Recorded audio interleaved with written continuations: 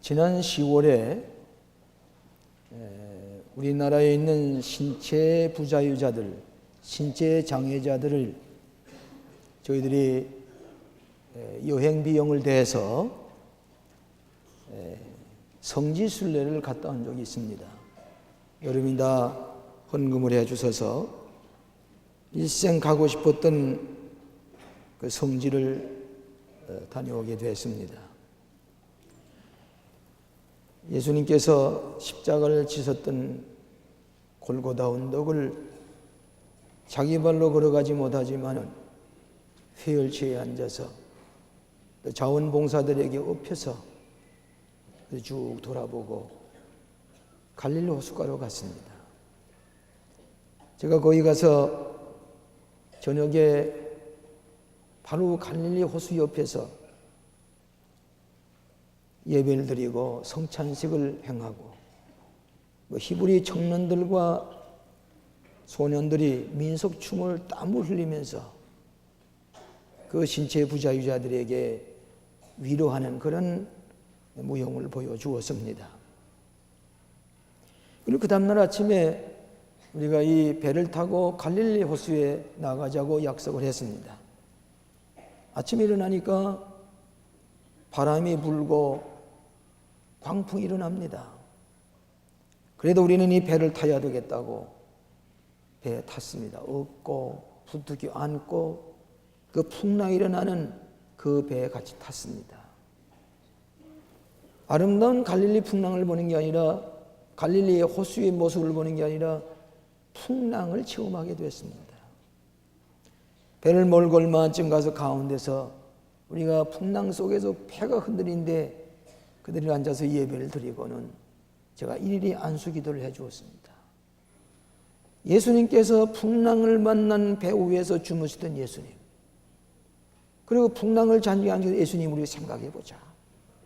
오늘 예수님이 여기 타고 계셨더라면 여러분을 안수해 주시면서 앉은 배를 일으켜 주시고 여러분의 부자유한 신체를 깨끗하게 고쳐 주실지 모른다. 우리 안수기도 하자고.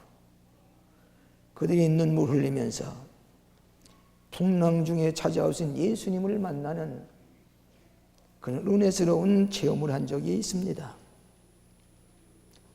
여러분, 갈릴리 호수는 길이가 한 50리 되고 넓이가 한 30리 되는 자연호수인데 지중해 수면보다도 200m나 낮기 때문에 북쪽에는 헐몬산에 기압의 변동이 일어나면 갑자기 바람이 갈릴리 호수로 내리쳐서 풍랑이 일어나곤 합니다. 그래서 거의 매 오후가 되면 풍랑이 일어납니다. 그렇기 때문에 갈릴리 호수의 어부들은 풍랑이 일어나게 되면 빨리 배를 몰고 가보나움 근처로 가서 배를 거기다가 피해서 놓고 풍랑을 피하곤 하곤 하는 것입니다. 오늘도 예수님께서 배를 타고 말씀을 전하셨습니다. 씨 뿌리는 비유, 어떤 씨앗은 길가에 떨어지고 어떤 씨앗은 돌짝밭에 떨어지고 어떤 씨앗은 가시덤불 속에 떨어지고 어떤 씨앗은 옥토에 떨어져서 30배, 60배를 맺는다. 이렇게 비유를 말씀하시고는 그 배 그 탄채로 자, 저편으로 건너가자. 제자들과 같이 배를 타고 건너갑니다. 예수님은 너무 피곤하셔서 고무를 베개로 하고 주무십니다. 풍랑이 일어납니다. 이 어부들이 걷잡을 수가 없습니다. 큰 광풍이 일어나서 나중에는 이 배물이 가득히 찼습니다. 배가 침몰하기 직전에 있습니다. 다른 배도 침몰하기 직전에 있을 때에 이 어부들이, 제자들이 예수님을 깨웠습니다. 선생님, 우리가 죽게 됐습니다. 이거 돌보시지 아니하십니까? 예수님께서 일어나셔서 바람과 파도를 꾸짖으시니 순식간에 조용해졌습니다.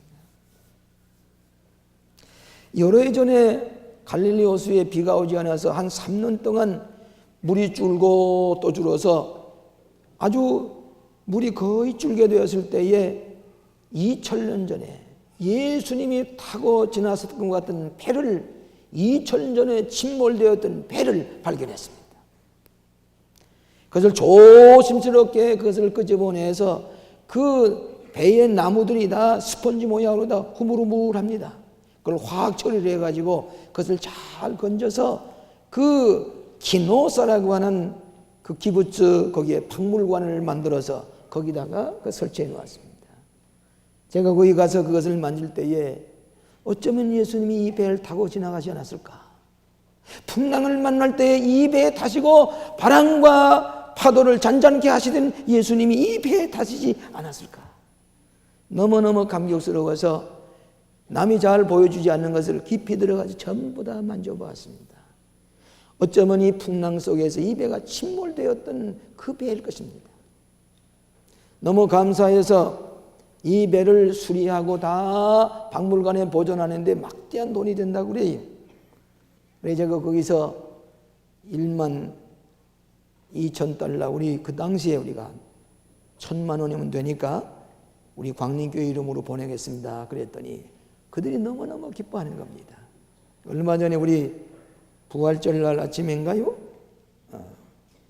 우리 이스라엘 대사가 여기 와서 그 헌금을 받아가지고 보냈는데 이스라엘 나라에서는 큰 축복이라고 광림교회를 기억하고 있습니다. 그 배, 풍랑에 침몰되었던 그 배를 지금도 볼 수가 있으리만치 갈릴리 바다에는 풍랑이 심한 것을 알 수가 있습니다. 인생이 살아가는데 풍랑이 많지요. 인생은 누구나 다 풍랑을 만납니다. 풍랑 없이는 살아갈 수가 없습니다. 근데 이 풍랑에는 대개 두 가지 원인 때문이요. 하나는 사람이 풍랑을 불러들일 수가 있습니다. 우리의 실수 때문에, 우리의 잘못 때문에, 우리의 잘못된 행동 때문에. 예를 들어서 여러분 자동차를 타고 다닐 때에 자동차의 규칙을 어기고 안전규칙을 어기면 사고가 납니다. 일시에 가족들이 부상에 일부러 있고 사랑하는 가족을 생명을 잃어버릴 때가 있습니다. 그건 우리의 실수 때문입니다.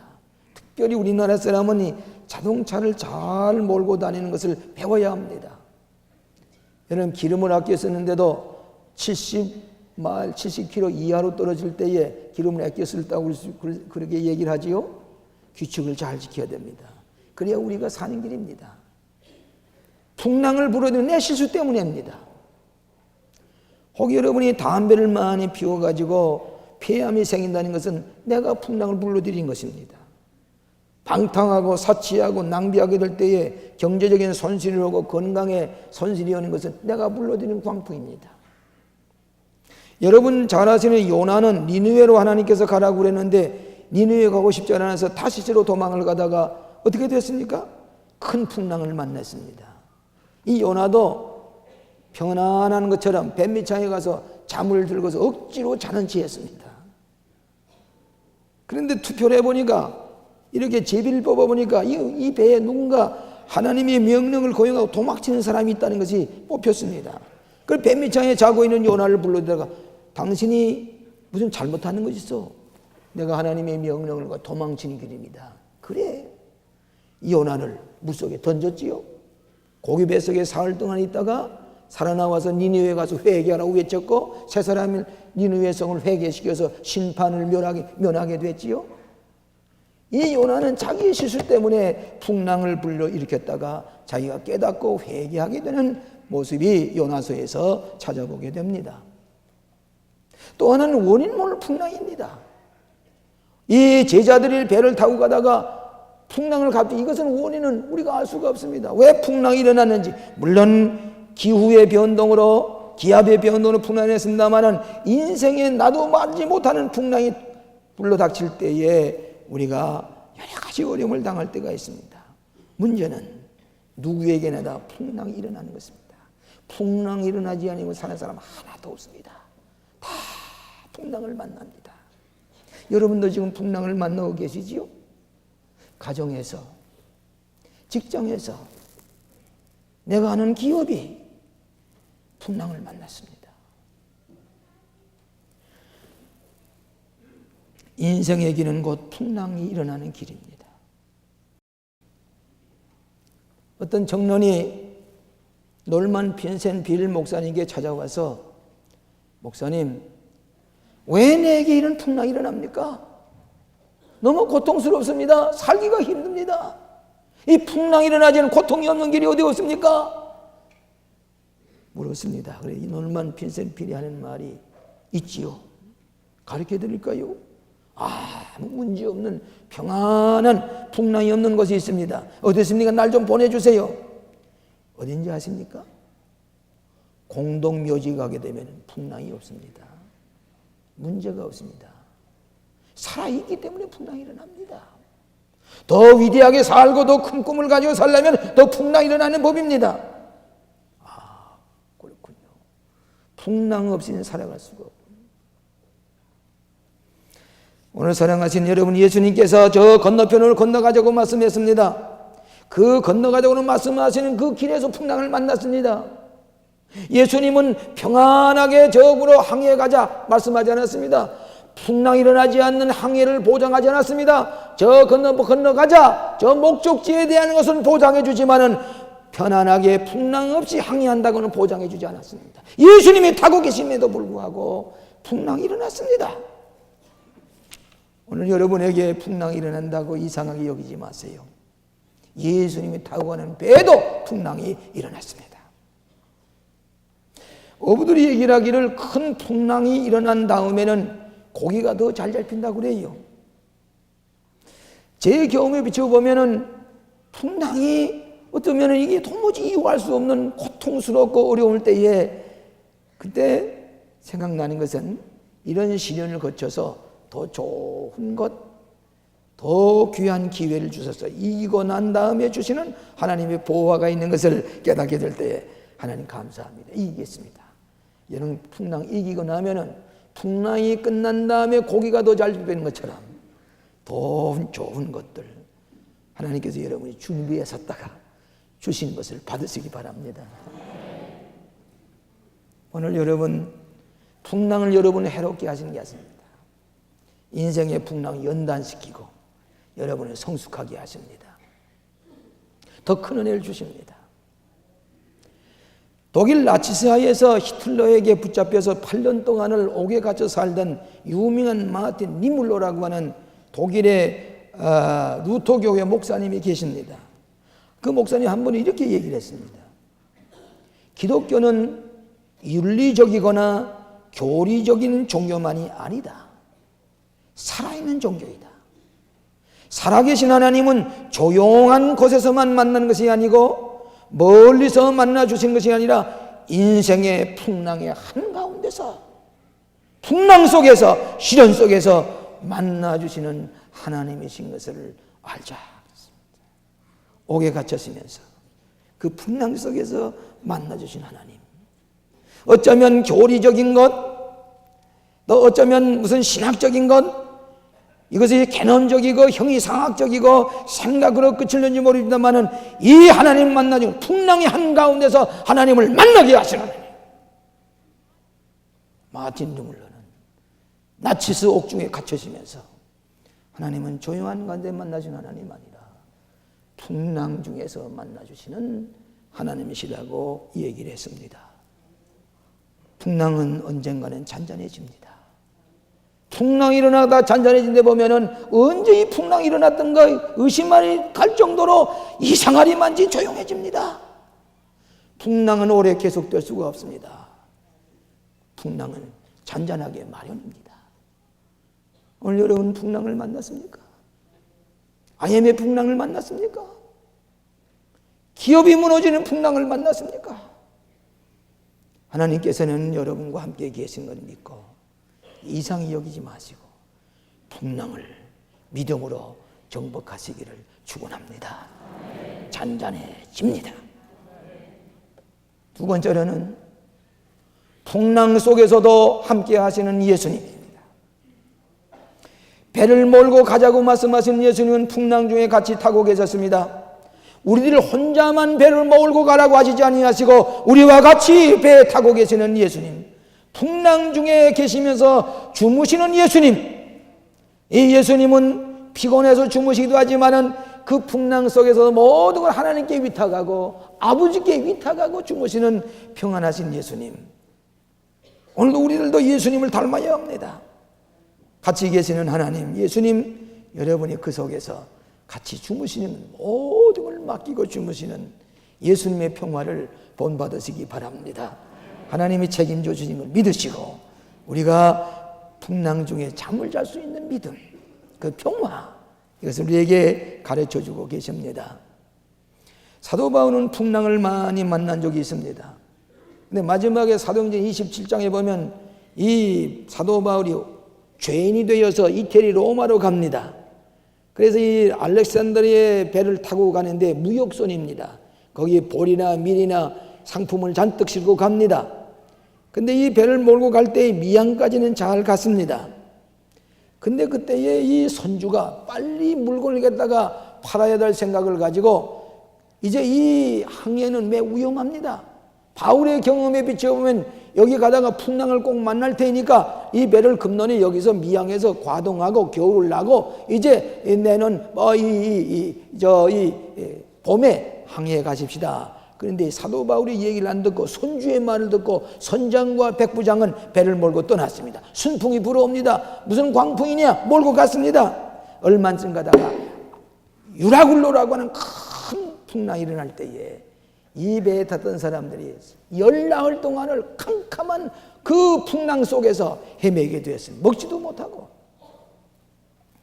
일대에 사도 바울이 하나님께 기도했더니 하나님께서 너 저 생명들은 아무도 다치지 않겠느라. 사도 바울이 그 성경에 보면은 나의 속한 바 곧 나의 섬기시는 하나님의 사자가 어젯밤에 내 곁에 서서 말하되 바울아 두려워 말라.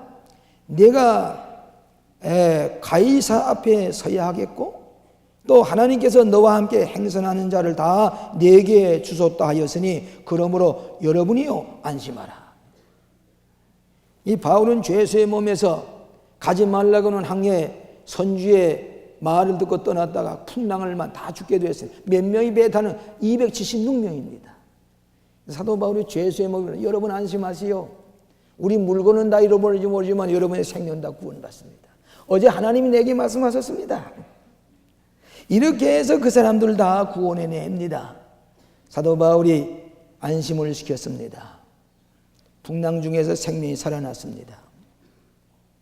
요즘 우리가 정체의 위기라는 말을 씁니다. Identity crisis. 내가 누구냐? 도대체 삶의 의미가 무엇이냐? 내 아이덴티티, 나라고 하는 존재의 정체가 무엇이냐? 이것을 모두 다 얘기를 합니다. 그보다 더 중요한 것은 뭐인가 하니 내가 누구냐는 것보다도 내가 누구에게 속해 있느냐? 내가 누구에게 속해 있느냐? 이 사도 바울은 내가 섬기는, 내가 속해 있는 하나님께서 내가 하나님에 속해 있느냐, 누구에게 속해 있느냐가 중요한 것이지 내가 누구냐고 보다도 내가 하나님께 속해 있느냐. 하나님께서는 풍랑 중에도 여러분과 같이 타고 계신 것을 믿으시기 바랍니다. 가장 가까이 계십니다. 우리 수도원에 올라가면은 예수님의 각 동상이 있는데 9개 동상이 있습니다. 이번에도 우리 미국 목사님들이 동상에 오르내리면서 은혜를 받았는데 빈 무덤에 가서 우리 칼라스 목사님이 이렇게 설교를 하시는데 다 은혜를 받았습니다. 근데 나를 온 다음에 물어봤더니 어디서 무슨 동상이 제일 인상적입니까? 그랬더니 이 딸로 칼라스께서 말씀하시기를 이 예수님이 풍랑을 잔잔케 하시는 이 동상이 은혜스럽습니다. 그렇게 말씀하세요. 옳습니다. 이 동상을 만들어 놓은 다음에 많은 사람들이 그 앞에 가서 예수님 내 마음에 풍랑을 잔잔케 해주세요. 내 가정에 풍랑을 잔잔케 해주세요. 그 앞에 잔디가 다 달아없게 그 풍랑을 잔잔한 예수님의 손을 붙들고 기도하는 풍랑을 만난 사람들, 오늘 여러분들에게 예수님은 풍랑 중에도 같이 계시고 여러분의 마음에 평안을 주시고 이길 수 있는 힘을 주시는 것을 믿으시기를 바랍니다. 겨자씨할 만한 믿음이 실지라도 산을 옮겨놓으리라. 이 믿음 가졌습니다. 예수님 부르시고 예수님 손을 잡을 때에 이 풍랑이 다 잔잔케 하시고 더 좋은 곳으로 예비하시고 고통 후에 찾아오는 하나님의 은총이 넘치는 것을 믿으시기 바랍니다. 마지막으로 우리는 풍랑을 통해 신앙의 큰 체험을 주십니다. 여러분, 우리는 풍랑을 통해서 신앙이 자라야 합니다. 우리는 풍랑을 통해서 신앙이 성숙하는 체험을 가집니다. 신앙은 논리적이거나 철학적이거나 신앙적인 것을 넘어서서 체험적인 것이 되어야 됩니다. 그렇기 때문에 감리교의 신학이라고 하는 것은 신학보다도 교리보다도 앞서는 것이 성서적인 체험입니다. 체험 없이는 하나님의 살아계신 것을 확신하기가 어렵습니다. 그렇기 때문에 예수님께서는 풍랑 중에서 바람과 바다를 잔잔하게 하신다며 왜 두려워하느냐? 두려워하지 마라. 왜 믿음이 없느냐? 믿음의 체험을 가져. 이 풍랑 중에서 두려워하지 아니하고 믿음을 가지는 새로운 체험을 하도록 예수님께서 말씀하셨습니다. 오늘 풍랑은 여러분에게 새로운 체험을 주십니다. 신앙의 연단을 주십니다. 이 풍랑을 이겨낸 다음에 이 신앙이 든든해집니다. 반석 위에 서게 하십니다. 기적을 체험하게 하십니다. 사람의 손으로 할 수가 없는 것 인간으로 할 수 있다면 기적이 일어나지 않습니다. 마지막 인간의 모든 한계의 상황에 부닥칠 때 그때부터 기적이 일어납니다. 풍랑이 일어났기 때문에 기적이 일어났습니다. 풍랑이 일어나자면 기적 모릅니다. 오늘 여러분에게 풍랑이 일어날 때에 기적이 일어나는 그런 체험을 하게 될 줄로 믿습니다. 이것이 풍랑의 교훈입니다. 그렇기 때문에 신앙이 자랍니다. 그뿐만 아니라 궁극적인 은혜가 무엇인 것을 체험 속에서 이 풍랑 속에서 경험하게 됩니다. 제가 북한에서 올라가기 위해서 38선 근처에 와서 산 적이 있습니다. 해주라는 데 와서 용당포라는 데 와서 산 적이 있습니다. 그러다가 올라가려고 하다가 그만이야 붙잡혀가지고 고생을 많이 했습니다.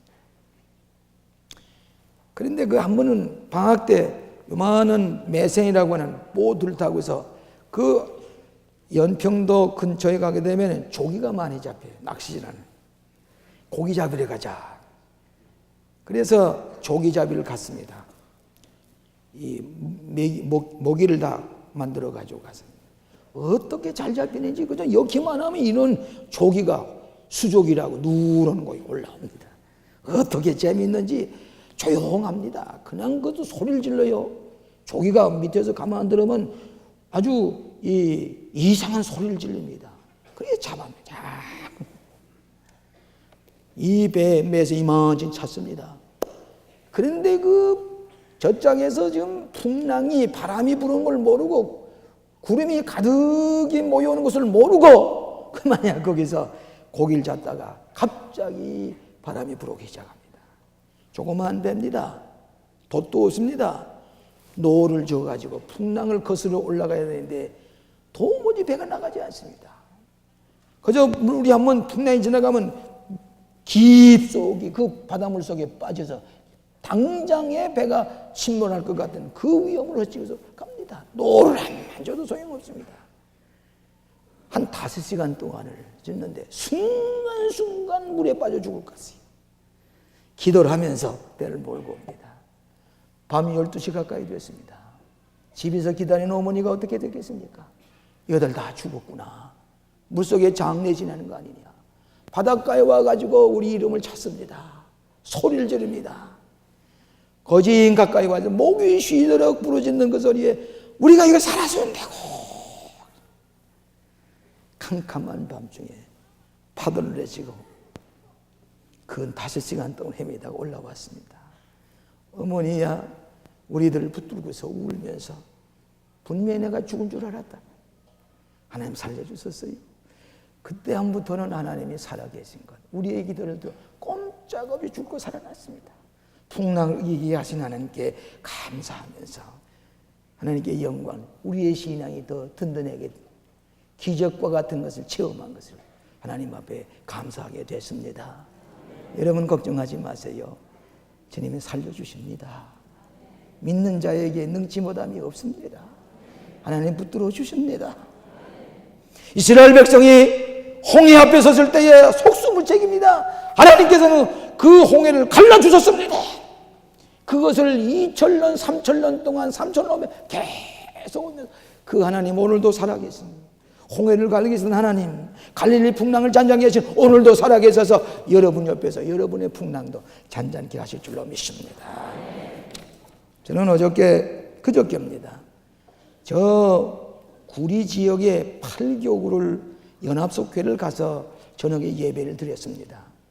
직장에 있다 오니까 밤늦게 오시지요. 이 8시쯤에 예배를 보기 시작을 했습니다. 얼마나 뜨거운지. 구리시면은 저 아주 유축에 있는 변두리에 있는 아파트에 사는 분들인데 예배를 보고 나서 제 옆에 와서 간증을 합니다. 목사님, 난 이렇게 은혜를 받았어요. 모르는 것 같지만 광림교회가 축복의 교회예요. 그저 교회 나와서 말씀 들으면 문제가 해결돼요. 그러면서 간증을 하는데 저 철제 집사님 오늘 여기 오셨으면 용서하세요. 그분은 너무 가난해서 버스 토큰이 없어서 토큰 하나가 없어서 예배당에 못 오겠다고 찢어지게 가난했던 분이. 그런데 아무리 와서 봐도 하나님 말씀은 나보다 더 지혜로운 진리의 말씀인데 목사님의 설교의 말씀을 그저 나는 내 지식각과 내 지혜에 뛰어나는 말씀인데 다른 얘기할 건 뭐 있나. 그저 순종해야지.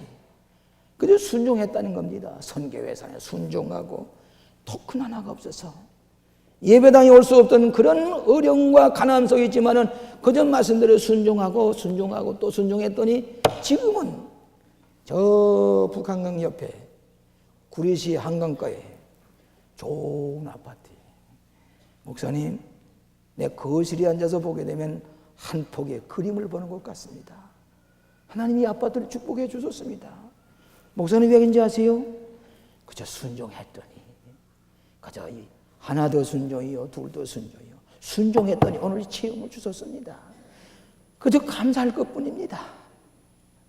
여러분, 순종에 새로운 체험을 주신 것을 믿으시기 바랍니다. 순종 없으면 체험이 없어요. 이론만 가지고 안 돼요. 순종하실 때에 목사님 그림을 보는 것 같습니다. 우리 집이 이렇게 축복을 받았습니다. 토큰 하나 없어서. 우리의 최형식 집사라는 분은 이 신사동의 2층 다락방의 꼭대기에서 아주 어렵게 살았습니다. 근데 20년 전에 자기 아들을, 돌난 아들을 세례를 받았어요. 여기서 20년 전에 그 사진을 제게 보여주고요. 우리 아들이 이렇게 목사님께 돌시도였을 때 세례를 받았는데 이 아들이 이 사람들입니다. 키가 이렇게 큽니다. 저를 굽죽하면서 목사님 안수해 주셔서 오늘 이들이 진실하게 살아갑니다. 목사님 설교 한 자 빼지 전부 다 베껴가지고 옵니다. 오늘 이 아파트 예배를 드렸습니다. 그렇게 2층 다락에서 못 살게 살던 그가 목사님 말씀 순종하고 그저 성경 말씀 순종하고 그랬더니 오늘 이 아파트에서 예배 봅니다. 바로 거기에서 근 100여 명이 모여서 예배를 드리면서 순종했더니 풍랑을 이겼습니다. 말씀에 순종했더니 믿음으로 순종했더니 풍랑이 다 사라졌습니다. 이렇게 축복을 받았습니다. 예배를 드리고 돌아올 때에 얼마나 감사한지. 이렇게 예배를 보고 나면 내 신앙이 새롭게 뜨거워집니다. 내 신앙이 새로워집니다. 목회에 보람이 있습니다. 이렇게 축복 가난했던 사람이 순종함으로 생활의 행복을 누리며 이 IMF 시대에 그들의 모임을 보면 그렇게 감사하고 뜨거울 수가 없어요. 왜? 순종으로 체험을 했기 때문에, 풍랑을 이겨냈기 때문에. 풍랑 이겨낸 사람 IMF 이길 수가 있습니다. 이길 수가 있습니다. 이것이 풍랑 중에 주시는 여러분의 체험이요 교훈인 것을 믿습니다. 신앙의 유산을 가지시고 하나님께 여러분을 평안히 눕게 하시고 더 안전하게 거하시고 인도하시는 풍랑 중에 승리하기 위해서는 믿음을 가지고 이 거칠은 광풍을 정복하시기를 주의 이름으로 축원합니다. 기도하십시다. 오 자비하신 아버지, 갑자기 불어닥치는 풍랑으로 저희들이 당황하고 있습니다. 우리의 마음에 흔들리고 초조할 때가 있습니다. 그러나 주님이 우리와 같이 타고 계십니다. 주님의 손을 붙잡고 부르짖을 때에 주님께서 이 풍랑을 이기게 하실 줄로 믿습니다. 저들의 앞길을 축복하여 주시옵소서. 직장을 잃어버리지 않게 하여 주시옵소서. 저들의 공장과 기업이 흔들리지 않게 하여 주시옵소서. 오늘도 원치 않은 곳에서 부재한 가운데서 기도하는 우리 형제들도 있습니다. 저들의 풍랑을 속히 잔잔케 하시고 이기게 하여 주시옵소서. 하나님께서 사랑하는 성도들과 늘 같이 계심을 감사하고 예수님 이름으로 기도하옵나이다. 아멘.